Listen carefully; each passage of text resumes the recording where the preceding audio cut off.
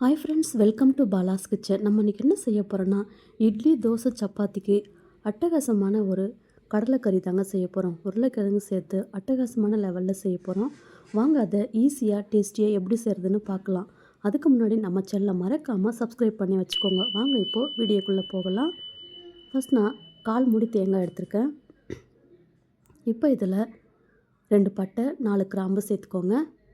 ஒரு விரல் சைஸ் இஞ்சி கட் பண்ணி சேர்த்துக்கோங்க. ஒரு 6 பல்லு பூண்டு சேர்த்துக்கோங்க. இப்போ இதில் ஒரு பெரிய வெங்காயத்தை கட் பண்ணி சேர்த்துக்கோங்க. 2 தக்காளி கட் பண்ணி சேர்த்துக்கோங்க. ஃப்ரெஷ்ஷான கொத்தமல்லி இருந்தால் ஒரு கைப்பிடி நிறையா சேர்த்துக்கோங்க. இப்போ இதில் 1/2 ஸ்பூன் மிளகு சேர்த்துக்கோங்க.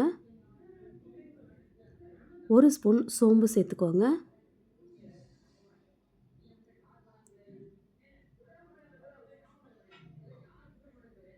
இது எல்லாத்தையுமே சேர்த்து நம்ம நல்லா நைஸாக அரைச்சி எடுத்துக்கலாம். இப்போ குக்கரில் தேவையான அளவுக்கு எண்ணெய் சேர்த்துக்கோங்க. ஒரு 1/2 ஸ்பூன் சோம்பு சேர்த்துக்கோங்க. சோம்பு நல்லா பொரிஞ்சு வந்த உடனே நம்ம அரைச்சி வச்ச மசாலாவை சேர்த்துக்கோங்க. மசாலா நல்லா பச்சை வாசனை போகிற அளவுக்கு நல்லா வதக்கி விடுங்க. நல்லா வதங்கி வரட்டும். நான் கருப்பு கொண்டக்கடலையை நைட்டே ஊற வச்சுருக்கேன். ஒரு 8 மணி நேரம் ஊறியிருக்கோங்க. நல்லா வாஷ் பண்ணி எடுத்துருக்கேன். இப்போ இதை உள்ளே சேர்த்துக்கலாம். எல்லாத்தையுமே உள்ளே சேர்த்துக்கோங்க.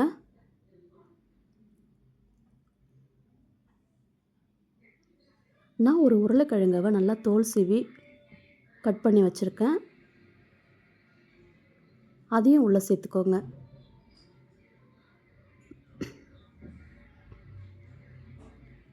எல்லாத்தையுமே உள்ளே சேர்த்துக்கோங்க.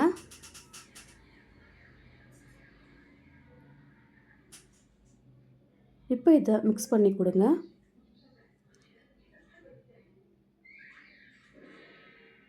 தேவையான அளவுக்கு உப்பு சேர்த்துக்கோங்க.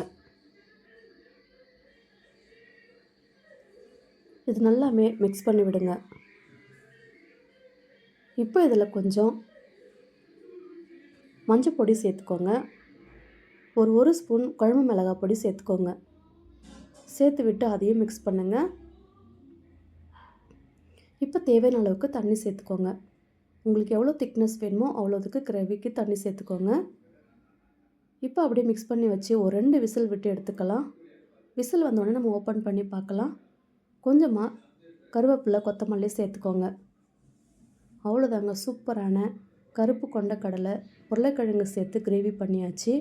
இப்போ இது ஒரு பவுலில் மாற்றி வச்சுடுங்க.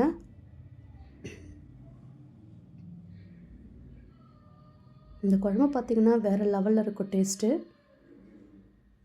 ரொம்ப அட்டகாசமாக சிம்பிளாக செஞ்சிடலாம். ரொம்ப குயிக்கான நேரத்தில் செஞ்சிடலாம். அவ்வளோ ஈஸியான கிரேவிங்க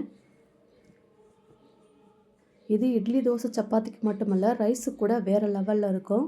இதே மெத்தடில் நீங்களும் ட்ரை பண்ணி பாருங்கள். எப்படி இருந்துச்சுன்னு உங்கள் ஃபீட்பேக்கை கமெண்ட்டில் சொல்லுங்கள். இந்த வீடியோ பிடிச்சிருந்தால் லைக் பண்ணி ஷேர் பண்ணுங்கள். மறக்காமல் ட்ரை பண்ணி பாருங்கள். இன்னொரு வீடியோவில் பார்க்கலாம். பாய். தேங்க்யூ.